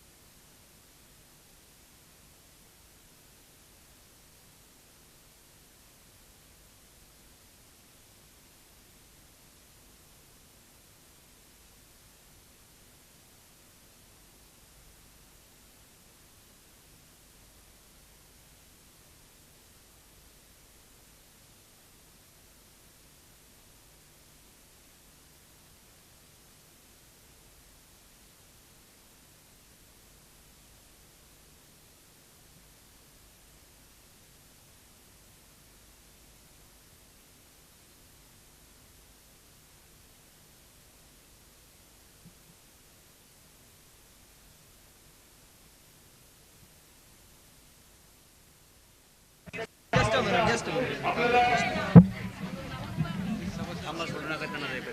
याच्याकरता लागणारे जे फोटो किंवा पुस्तकं किल्ले वगैरे जे आपल्याला साहित्य लागेल ते सर्व आपल्याला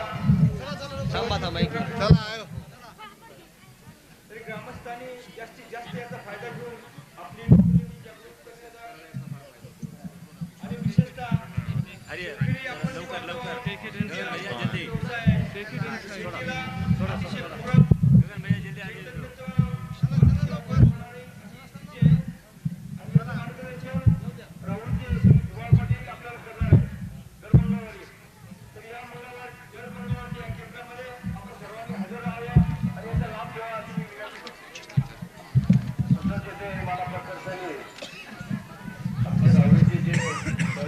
आधारस्तंभ समन्वयक होते आज श्रीमाताजी असे आमचे विठ्ठल सर्वेक्षण म्हणून दर्जगे त्यांनी या कार्यक्रमाच्या नियोजनाकरता पुढे येऊन आणि कार्यभार होताना ते फार परिश्रम घेतलेले श्रीमातांच्या त्यांनी त्यांचा उल्लेख करणं हे मी माझं ज्येष्ठ बंधूचं कर्तव्य समजतो.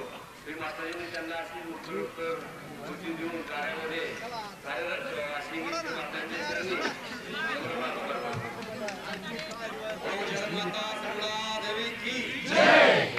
त्याचप्रमाणे फतेबादचे भागवत वरकड यांनी देखील या आस्थानाला सतत संबंध ठेवून आता हा समारंभ घडावा त्यांना श्रीमातांच्या चरणी सुखटी मिळाशी मी प्रार्थना करतो. See, now what I did is I removed the wire back so no one's walking on it at least now.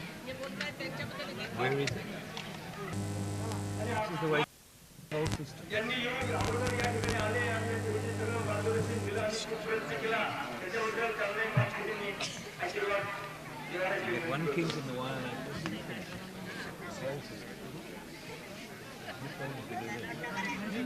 No, somebody. आणि आमच्या गावामध्ये You never put it under like this. You've got to get it off stage as quickly as possible. निर्णयाचे लोक त्यांचं मी गावात Setting over there. And don't sit on the stage either.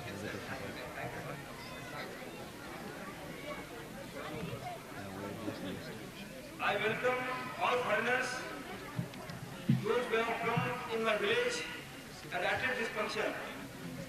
There is no word to me to utter a single word. Thanks, God, from my villagers.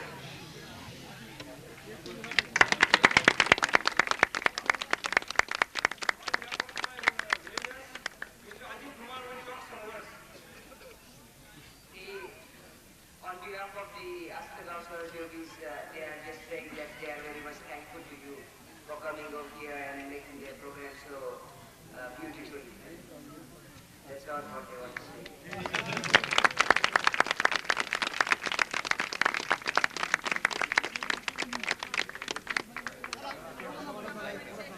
आता स्त्रियांचं दर्शन संपलेलं आहे. पुरुषांनी या बाजूनी साईड ठेवावी आणि दर्शनाला यावं. Dr. Warren, you're on the line.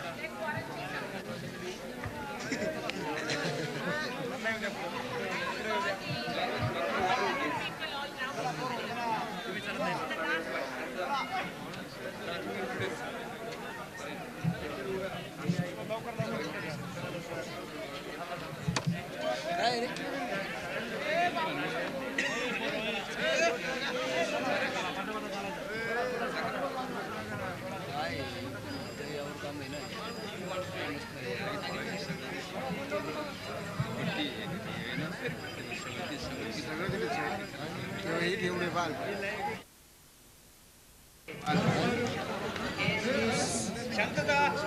एक मिनिट ऐकून घ्या. ऐका शांत हो. आपल्यासमोर उभे आहेत, ते आहेत डॉक्टर वॉरन. ते ऑस्ट्रेलियातले फार मोठे डॉक्टर आहेत. त्यांनी पूर्णपणे आपल्याला सहजयोगाच्या कार्यासाठी वाहून घेतलेले आहे. ते जगभर नेहमी फिरून सहजयोगाचं कार्य करत असतात. ते दोन शब्द आपल्यासमोर बोलतात. डॉक्टर वॉरन रिप्स ऑस्ट्रेलियाचे आहे doctor. Srimataji, all the people of Astagan and to all the people of all the villages in this district where we have had programs, Banori, Sri Rampur, Sangamnir, we have come to this place and to all of these places to receive the vibrations of Sri Mataji Nirmala Devi.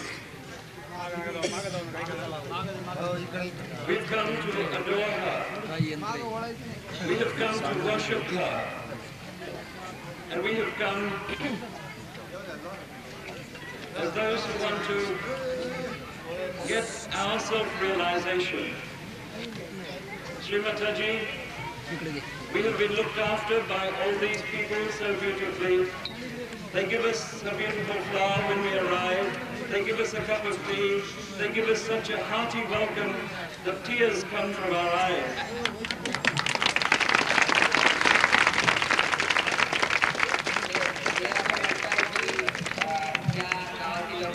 आमचं स्वागत केलं ते स्वागत अगदी म्हणजे त्या स्वागतामुळे त्यांचं अगदी हृदय भरून आलं. त्यांनी आम्हाला फूल दिलं आणि चहा दिला त्यांना. शिवाय त्याच्यामुळे त्यांना फारच आनंद झालाय. ते म्हणाले की आणि त्यांच्या डोळ्यामध्ये अश्रू आलेले आहेत असं ते म्हणतात. We are so lucky to come to these places because in the West where we live, we never see devotion and love of God in this way. This is so beautiful to watch, and for us, we shall never forget these experiences, and for this we thank you so much.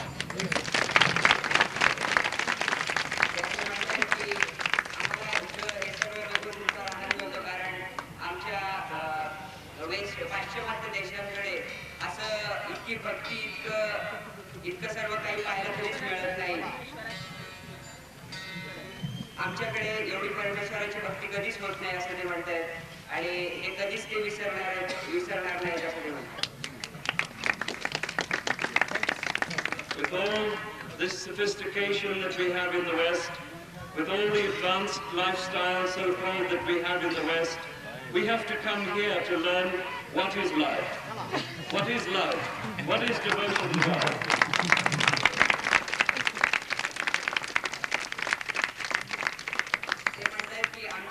देशांमध्ये इतकं कृत्रिम तऱ्हेचं जीवन जगावं लागतं की आम्हाला इथं भारतात येऊन जीवन खरोखर कसं जगतात हे शिकायला मिळतं असं ते म्हणतात. प्रेम काय आणि आईची सेवा काय हे देखील आम्हाला इथे येऊन समजतं असं ते म्हणतात.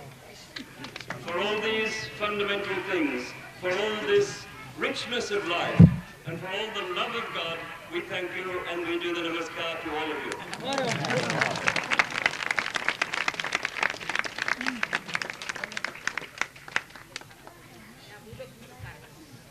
आणि या मूलभूत कारणासाठी आणि एवढं सगळं आम्हाला दिल्याबद्दल आम्ही आपले फार आभारी आहोत असं ते म्हणतात.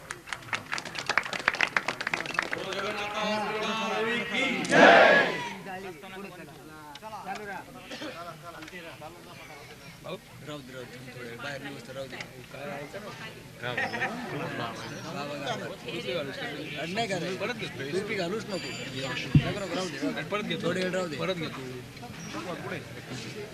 मला माहिती काय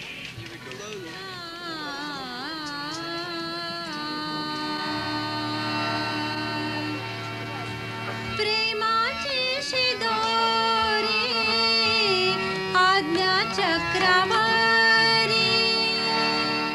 प्रेमाची शिदोरी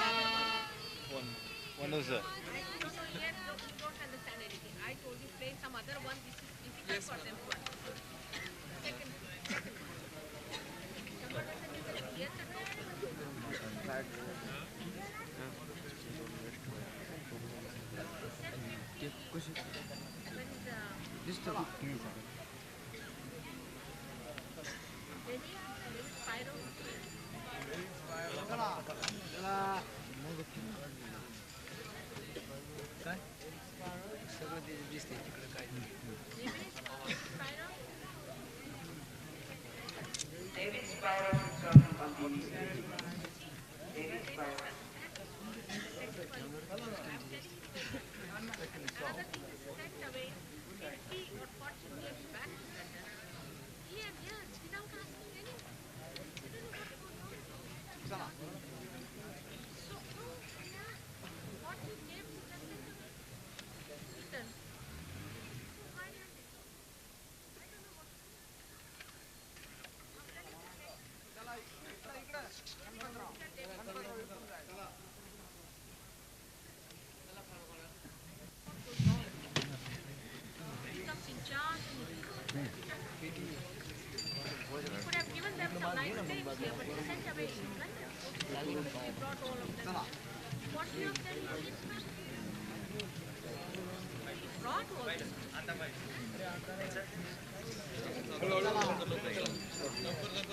Just play that. Play the music on the other side. दूसरी साइड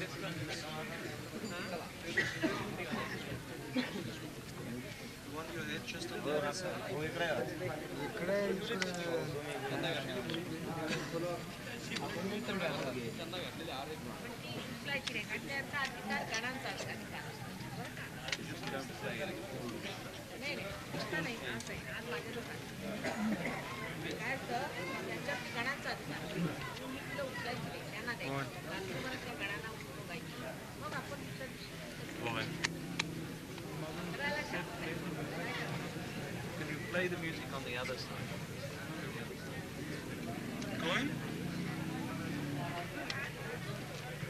चला येऊन द्या.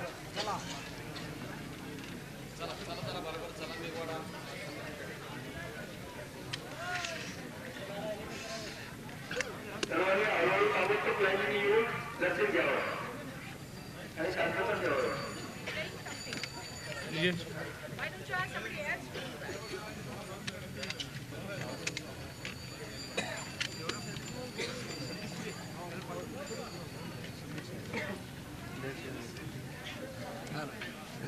चला इकडून चला.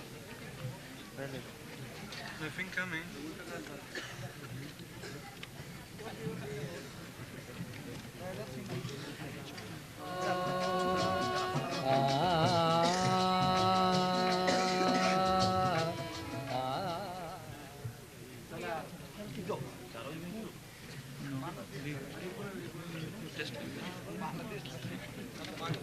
Other side. He's turned it over now. Mother, I don't think there's anything there. Did you turn the one over that you...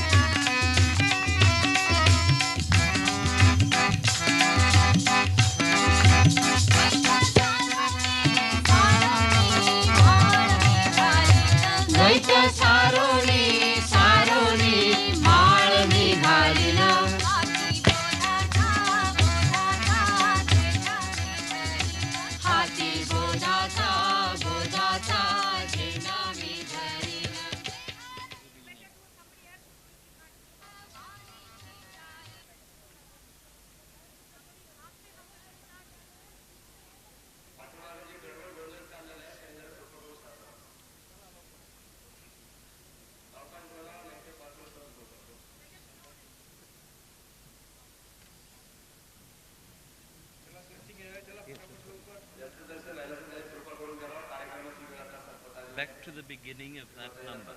That's what we're trying to do.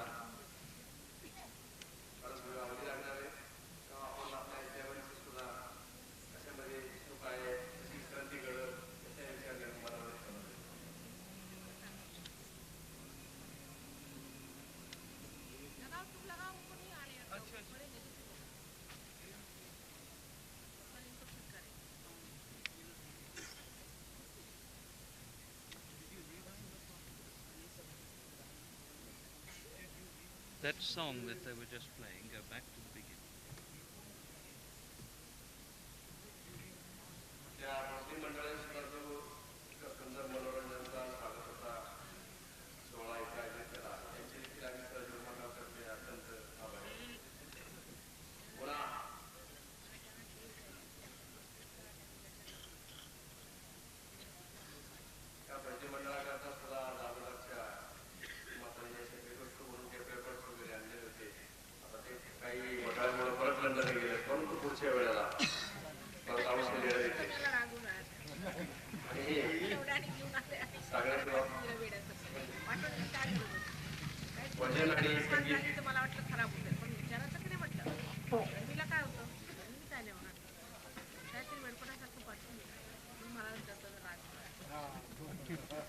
भजनाची आणि संगीताची श्री माताजींना अत्यंत आवड आणि आदर आहे आणि कलाकारांचा अतिशय आदर आहे. त्यांना स्वतःला संगीताचा फार आवड आहे.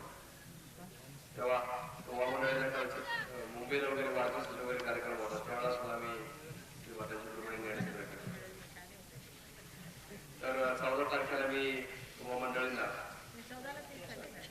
13 तारखेला उद्या संध्याकाळी म्हणजे मला वाटतं भोगीचा दिवस आहे पण संध्याकाळी मंडळी जर भरती मंडळी येणार असेल तर आम्हाला समोरून सांगावं की त्यांचे निर्णय आणण्याची आम्ही सगळी व्यवस्था करून देऊ. त्यांनी जर मनोरंजनाचा कार्यक्रम घेतला तर ही भजनं देश होऊन 13-14 देशामध्ये जाणार. तर आवडीला यांना निर्णय आणण्याच्या व्यवस्था करताना कृपया आम्हाला आपण भजनीची जी मुख्य असते त्यांनी आताच जर सांगितलं तर ठीक होईल.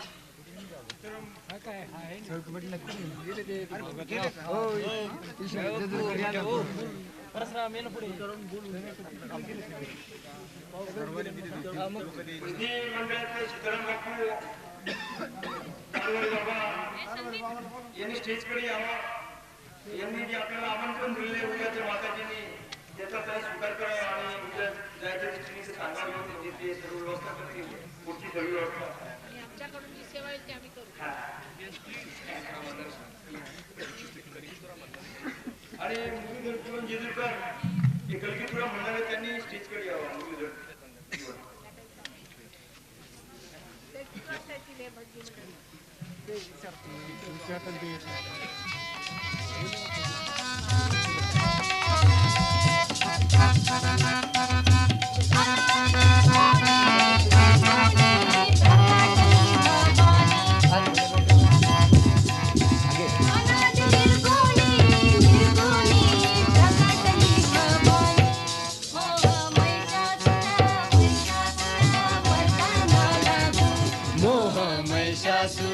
महिषासुर मर्दाना लागून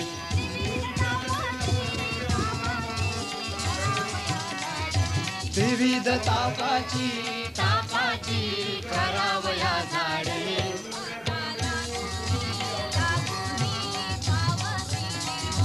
भक्ताला गुणी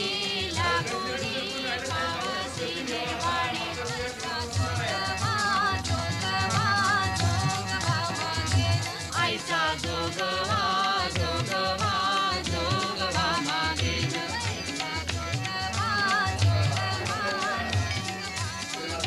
ऐसा जोगवा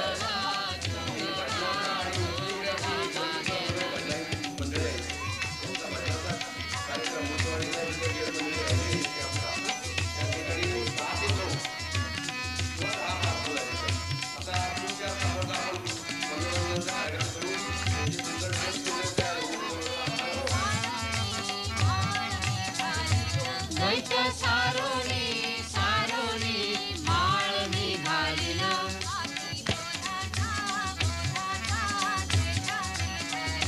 हाती बोधाचा झेंडा मी धरीन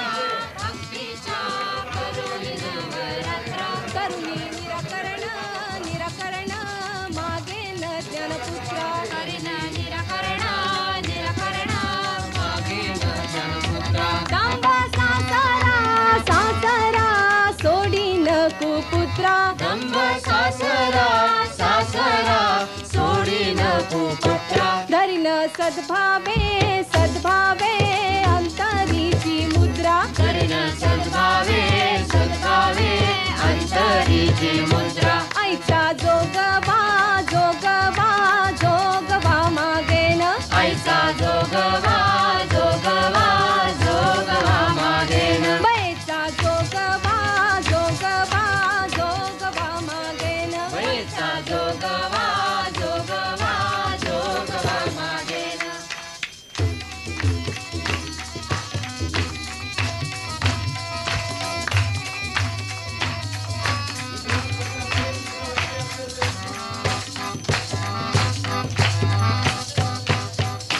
पूर्ण बोधाची बोधाची भरीन मी परडी पूर्ण बोधाची बोधाची करीन मी परडी आशा मनशांच्या मनशांच्या पाडीन दरडी आशा मनुष्यांच्या मनुष्यांच्या पाडीन धरणी मनोविकार विकार करीन कुरवंडी मनोविकार विकार करीन रवंडी अमृत रसाची रसाची भरीन मी दुरडी अमृत रसाची रसाची करीन मी दुरडी ऐचा जोगवा जोगवा जोगवा मागेन आईचा जोगवा जोगवा जोगवा मागेन बैचा जोगवा जोगवा जोगवा मागेन बैचा जोगवा जोगवा जोगवा मागेन